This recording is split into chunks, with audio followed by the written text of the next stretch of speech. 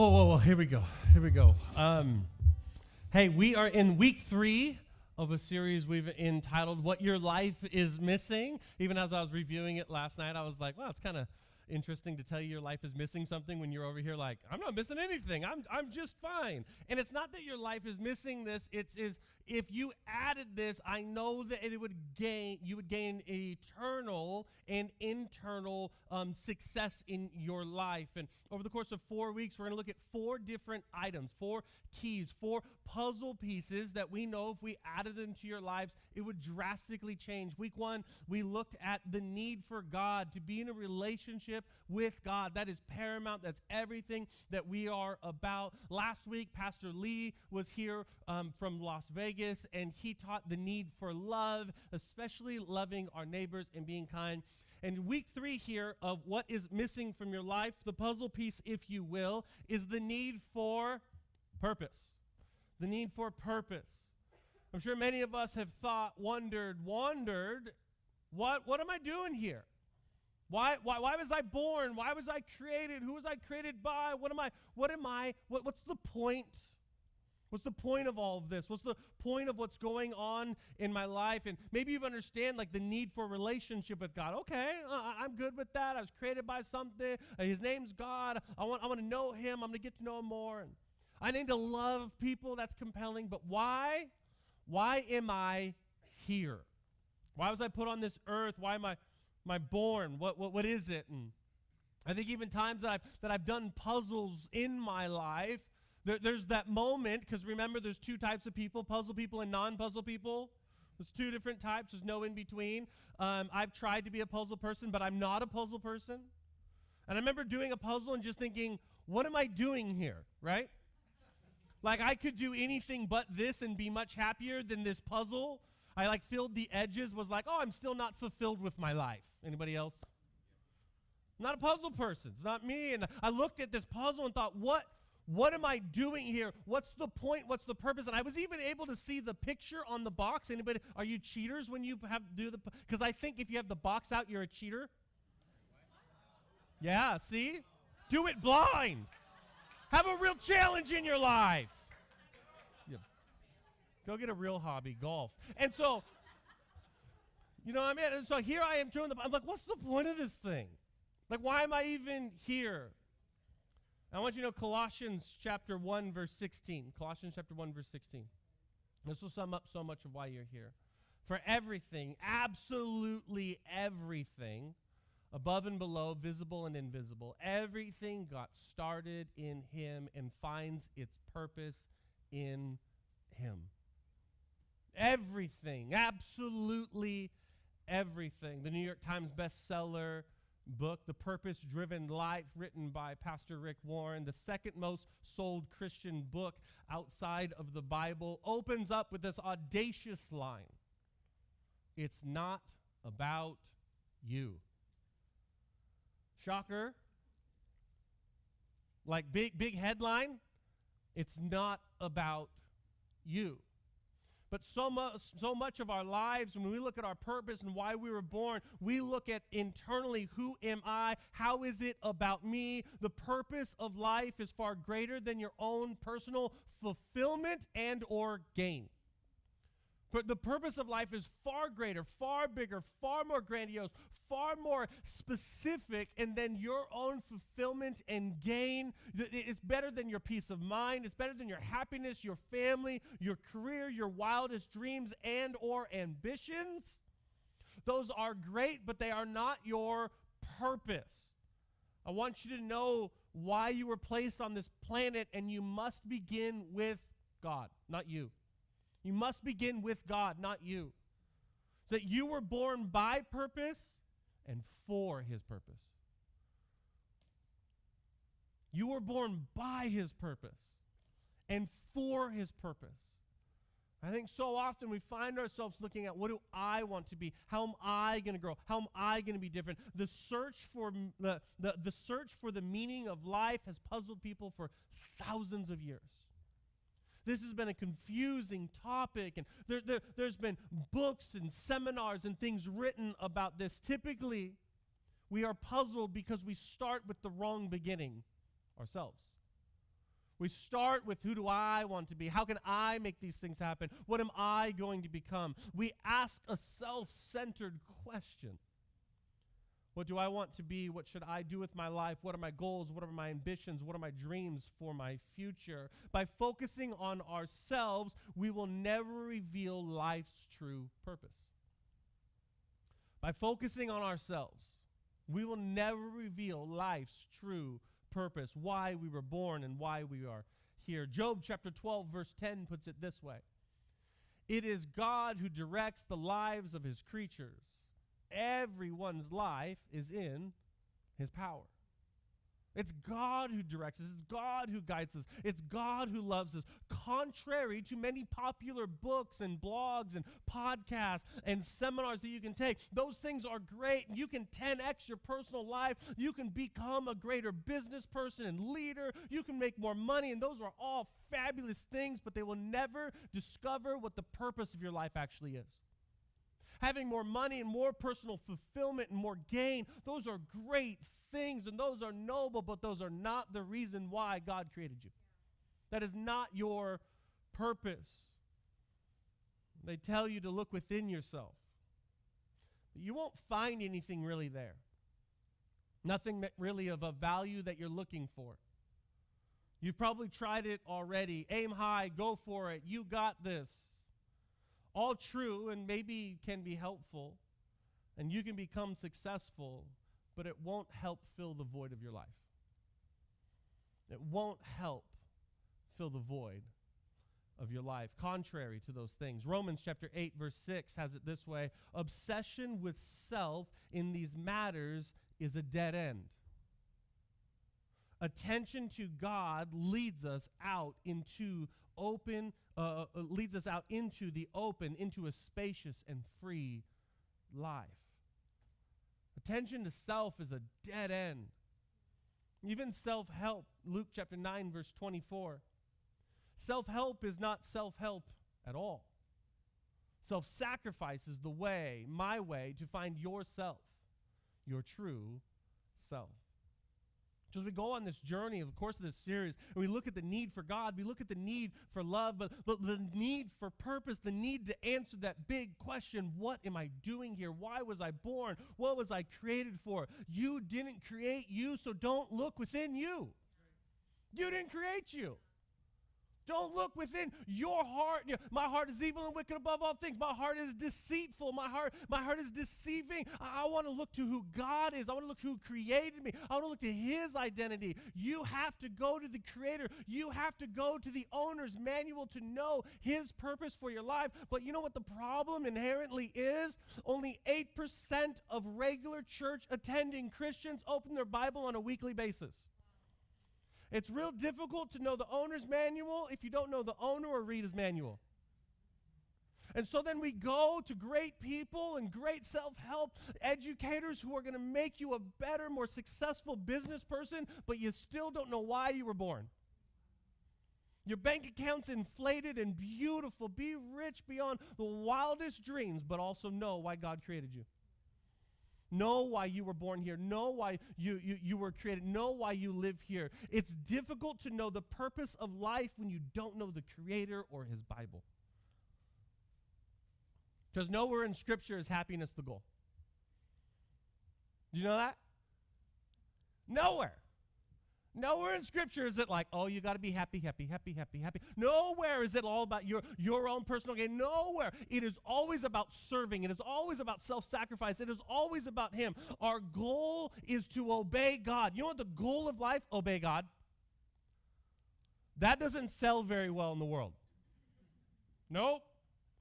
There's nothing sexy about that. There's nothing, oh man, it might sell in Hobby Lobby, but it ain't selling in Target. It probably should be. I'm not going to get off that. Okay. Our goal is to the will of God. That's our goal in life as a follower of Jesus. If you are that, your goal is to fulfill the will of God in your life. Our goal is to serve God. If you live to be happy, you'll never be happy. There's a famous quote that says the two greatest sources of unhappiness in life is getting what you want and not getting what you want. And two greatest moments of unhappiness are those two items. Because you can't arrive at life's purpose by starting with focus on yourself. And I think, unfortunately, when we ask these big questions, when we stay up at night, when we think in the middle of the day, what am I doing here? What is the point? Commonly, we look back to ourselves because that's what a worldview tells us to believe and to know. What you want to be, what do you feel like you're going to be? You can pick your gender, you can pick your identity, you can pick your life, you can pick your job, you can pick all of these things, but none of them will fulfill your purpose of your Creator that He has for your life. All of those are dead ends and difficult places to start from. You must begin with God, your Creator. You exist only because God wills that you exist. You were made by God and for God. Until you understand that life will never make sense. It is only God, in God, that we discover our origin, our identity, our meaning, our purpose, our significance, and our destiny. Every other path leads to a dead end. And I love this. This is the great part. This is the hopeful part. God didn't put you here on accident. God didn't put you here and say, hey, good luck, people. Figure it out. You may have read books about like little kids getting lost on an island and figuring it out, but God didn't do that to us. He said, this is the purpose. I created you in my image. This is the goal of life. This is who I want you to be. There, you are fearfully and wonderfully made. You weren't put here for no reason. You were put here for His reason. You were put here for His glory, for His purposes. He didn't create us without purpose. He created us with purpose. He created us on purpose, with purpose, and for a purpose. I think that's where many of us are, though. We're like, but what is that? And I think the Bible clearly defines 5 areas of your purpose. There are 5 clear distinctions that the Bible gives us, 5 biblical purposes of life, 5 biblical purposes of life. First one, enjoy God. This life is way too much fun to be sad and disappointed all the time. Now, I know the rain's coming, so I'm going to be sad a little bit. A little bit, you fall lovers. You're exhausting. Can't we pumpkin spice when it's 80, maybe? Not asking for a lot, just a little tan.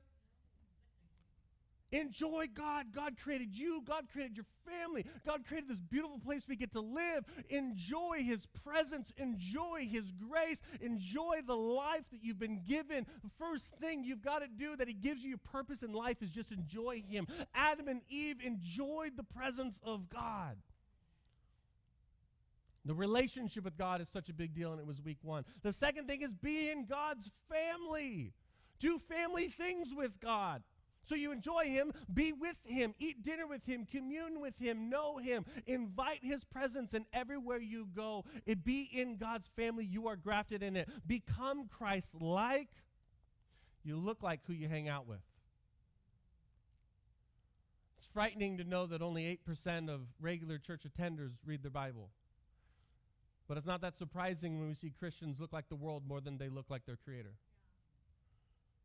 May you be encouraged. This is the joyous thing. Enjoy His presence. Be in His family. Become Christ-like. The fourth thing, serve God. You want to know your purpose on life? It is these 5. And the fourth one is serve God. Serve Him. Serve Him. Everyone helps around the house, right? I don't know what chores are like for your house, but Kara and I don't do them. We created kids to do the chores. Amen? Who did the dishes before church today? Our children. Who loaded the dishwasher last night before we went to bed? Our children. We participate, and we all participate in this thing, but if you don't have a relationship with Him, you won't want to serve Him. You won't know that He's telling you to serve. And the final thing is be on mission with God. Be on mission with God. I think this is where we get confused. My purpose is to be on mission with Him. God is not just the starting point of your life. He is the source of your life. And I think one of the greatest biblical individuals to show us what it's like to live on mission, have purpose with God, is Moses. Moses' story is not one that's clean cut. Moses' story is not one that is easy. Moses is out here. He is adopted into Pharaoh's family by Pharaoh's daughter. There's a decree out that if he wasn't, he would have lost his own life. His mother gave him up, and he was found. He lived in Pharaoh's home, or one of his homes. He was raised within those walls, even though his own bloodline was out there as slaves in Egypt, the Israelites, and here he is behind the walls, and he is with Pharaoh and his family. He's got great success, but he also has his heart pulled for the people who are serving. He ends up getting so mad one day that he's about 40 years old, and he kills somebody. People find out about it, and he runs off into the middle of nowhere. 40 years later, God shows up and speaks to him through a burning bush. Through a burning bush. You thought you had trippy dreams when you did drugs? Read the Bible. God showed up, the bush burned, and it never burned up. And he's like, whoo, I don't know what was in that tea last night, but something's going on here. So here he is. He's talking to a bush. He's talking to a bush all of a sudden. And God speaks to him. God gives life to him. God speaks clearly to him. And Moses is about 80 years old in this moment in Exodus chapter 3. But Moses struggled. Moses struggled with self-doubt. Moses struggled with a speech impediment. Moses struggled with his past. Moses struggled with his future. Moses didn't believe in himself when God believed in him. Sound familiar? He faced opposition. He faced criticism. He faced Pharaoh. He spent 40 years leading the Israelites in wilderness and prolonged challenges. He endured the Israelites' complaints. He's like a pastor. Their rebellion. He's like a pastor. During their wilderness journey, he received the 10 Commandments on Mount Sinai, only to find his people building an idol at the bottom of the mountain. He demonstrated an unwavering faith, resilience, and trust in God in the most difficult times. He watched God provide over and over and over again. The lows of challenges of Moses' life, the highs and challenges of Moses' life. Moses was called. Moses fulfilled his calling. Moses struggled. Moses failed. Moses argued, but Moses knew his purpose. I wonder today if you know your purpose. You know why you were born. You know what you're doing here. See, a decision you made along the way does not break up what God has for your life. See, all of us have a past. All of us have a story. All of us have done bad things, difficult things, sinful things. But God doesn't look at the sinful moments of our life and discredit what he called on our life when we were knit in our mother's womb. He doesn't look at your sin. He doesn't look at your decision. He doesn't look at those moments and go, oh, wait, now they are disqualified from the calling, from the passion, from the purpose of their lives. He doesn't look at Moses' murder and say, I can no longer free my people through this guy. He finds the right time and the right moment to say, this guy is going to go out and he's going to do the miraculous in my name. And I think many of us, we're sitting here struggling. We're sitting here worried. We're sitting here just like Moses thinking, I can't. No, because God, you can. Because of God's grace, because of his goodness, because of his kindness, because of his love for your life, you can overcome and you can fulfill the purpose that God has for your life. Your past doesn't discredit you. Your past, I feel like our past are just seeds for miracles for our future. They're just seeds for a future. They're conversation starters. You'll never guess what I did. Oh, wait, I've done the same thing, and look how God's using my life. He can redeem the most difficult, the most black, the most dark moments of people's life that seem like an abyss, but really with a ray of light, there's hope in that cave. There's hope in that darkness. May you find hope today that there's a purpose for your life. There's a purpose for who you are. You weren't born on accident. You are not an accident. You are a miracle from God. So many of us, we just live. We don't really know God. We go to church sometimes. We don't really love our neighbor. We just kind of know that we're supposed to. And it's all because we don't know why we are here. First thing I want you to know and write down is this. God has purpose for your life. Don't just hear that. Don't just have, oh, that's kind. Oh, I like this pastor. He's good. He says, I've got purpose. You don't even know what your purpose is yet, so calm down. Receive it. God created the heavens and the earth. God formed this thing when he spoke. God formed Adam. Breathed life into him. This isn't your friend saying you're a good person. This isn't your friend liking your Facebook post. This is God saying, I've got purpose for your life. I've got a plan for your life. I've got a future for your life. Some of you don't know your purpose because you know your purpose and you just don't like your purpose. You want it to be sexy and exciting. You want it to be rich and there be a boat involved.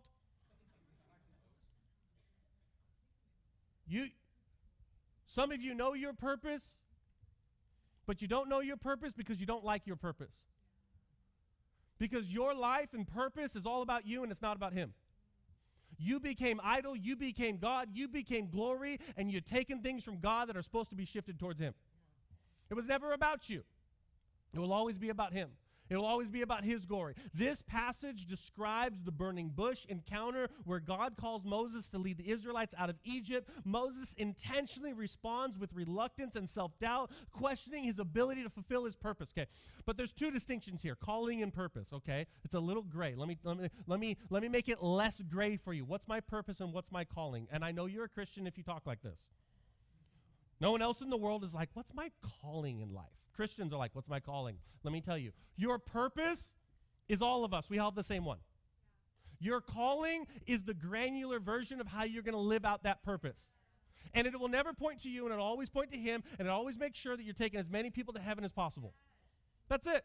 That's the story. That's your purpose. That's your calling. How you live it out. You might do it through your job, by raising kids. You might do it through your loved ones. You might do it by just being you. Okay, you might be very specific, like I'm a pastor, that's my calling, but my purpose is the same as yours.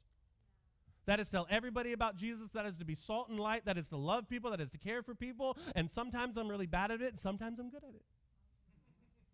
But there's grace on my life, and there's grace on your life. Your purpose is determined before it is discovered. Your purpose is determined before it is discovered. You weren't born and go, got it, purpose, done. No, you went through middle school, which is really awkward. You didn't know your purpose then. Your parents had to teach you how to use deodorant. You definitely didn't know your purpose then. Hopefully you use it, please. Maybe even organic stuff that you make on your own. I don't care, but just put it on. Right? Burning bush, Exodus chapter 3. Verse 4, when the Lord saw Moses coming to take a closer look, God called to him from the middle of the bush, Moses, Moses. Moses replies this curious moment, here I am. Here I am. Verse 7, it goes on, it says this. The Lord told him, I have certainly seen the oppression of my people in Egypt. Let's pause there. America is not in crisis. You just think it is because you don't believe in a God that'll save us. Yeah. The world is not in crisis. You just think it is because you don't believe in a God who thinks he can save it. Keep crying out to him and watch him save his people. He's not looking at countries. He's looking at the world. He's looking at a population, and he hears your cries, and he will save it. It could be through us, and it could be through Jesus returning. I am not a false prophet, so I'm not going to tell you when he's going to return. That should have got more laughs. That's awkward funny.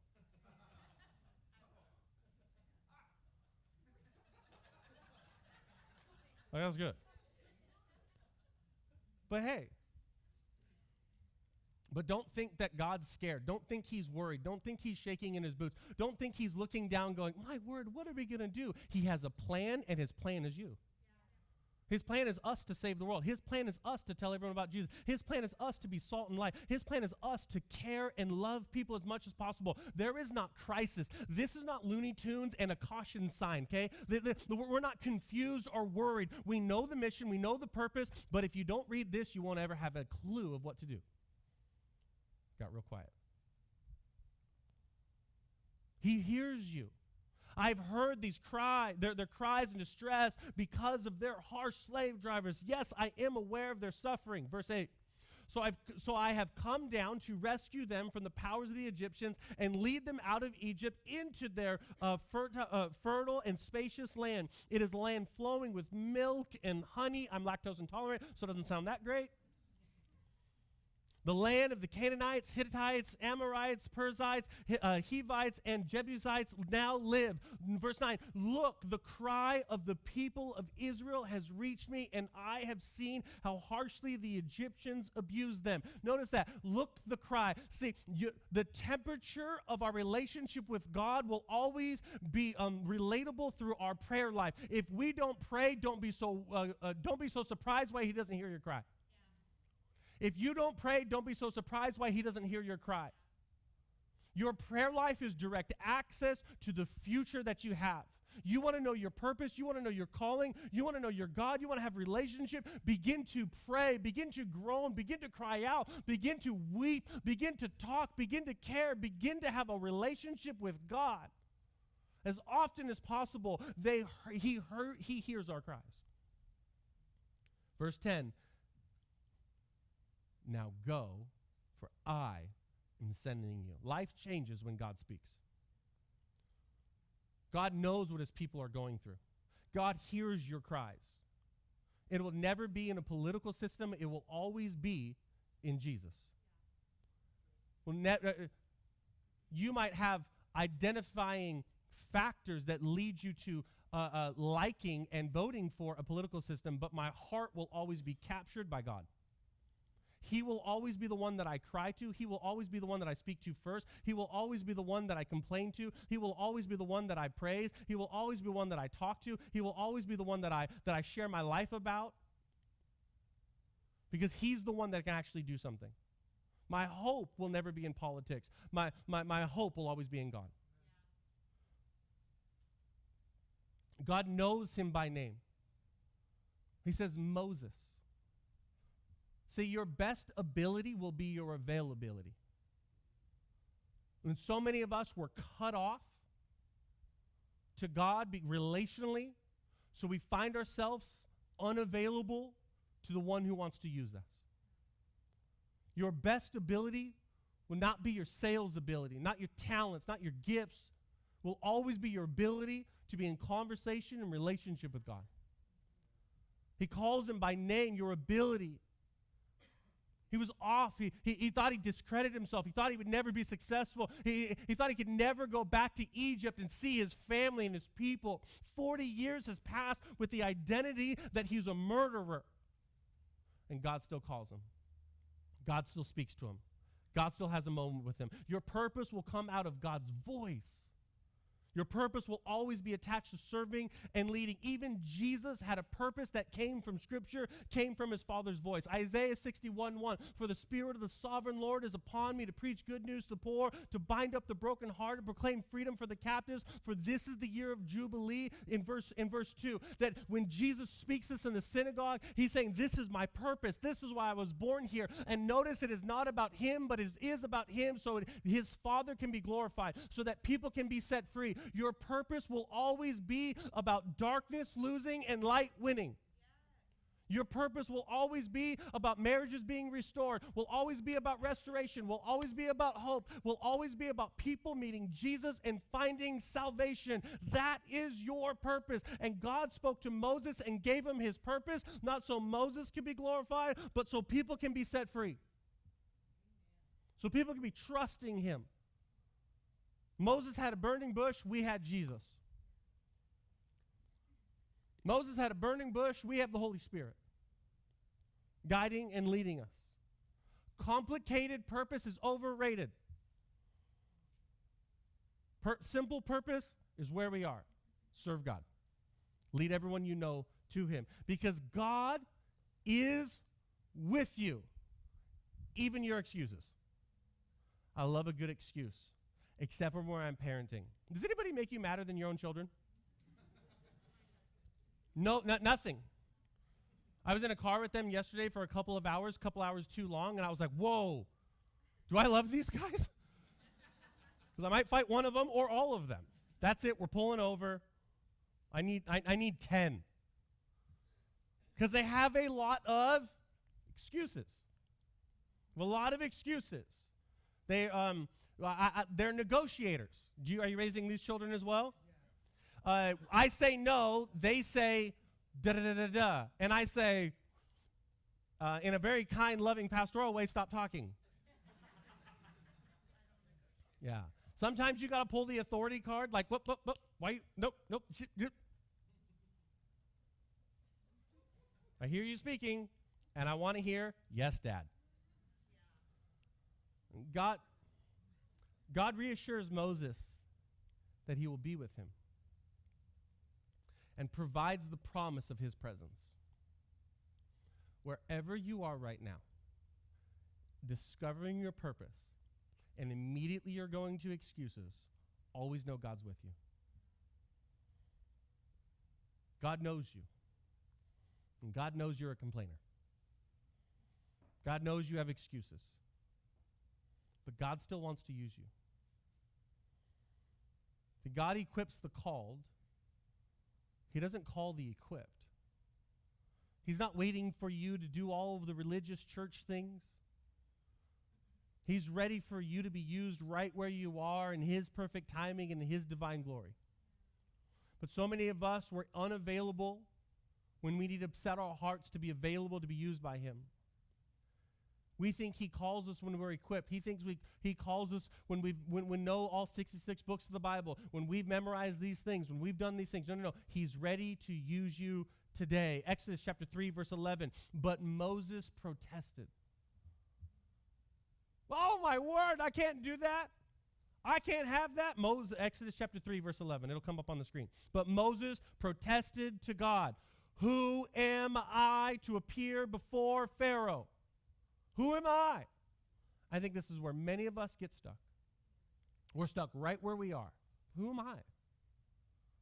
Who am I to be used? I'm not any good. I just live in Snohomish. I got a couple kids. I do a thing. I got this going on. Like, I'm not good enough. I don't want to be used by him.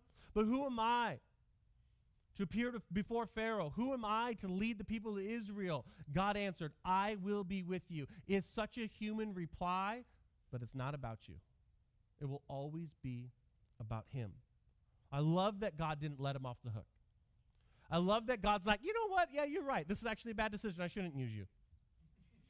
You are kind of, yeah, no, you're right. You're right. Yeah. My bad. No, he reassures him. He says, I will be with you. Everything changes in God's presence. Because fear is valid. Insignificance is valid unless it's in the presence of God. He hasn't failed you. He doesn't fail. All he does is win. Because God is for you. I think we hear things like this and yeah, I know. Don't know that God's for you. Feel that God's for you. Know, like, just have an internalized, I can't fail. I can't disappoint him. He's always going to love me. He's always going to believe in me. This shows Moses expresses his concern about his speaking abilities. But God provides Aaron as a helper. Exodus chapter 4, verse 10. But Moses pleaded with the Lord. Oh, Lord, I'm not very good with my words. I never have been. I'm not now, even though you have spoken to me. I get tongue-tied and my words get tangled. Then the Lord asked Moses, who makes a person's mouth? Who decides whether people speak or do not speak, hear or do not hear, see or do not see? It is I, the Lord. See, we here being used, we bring excuses, but remember, if you start with you, it'll always be self-centered. If it starts with God, it'll always be kingdom-minded. If he created you, he can use you in areas that you don't think that you're fit to even be served in.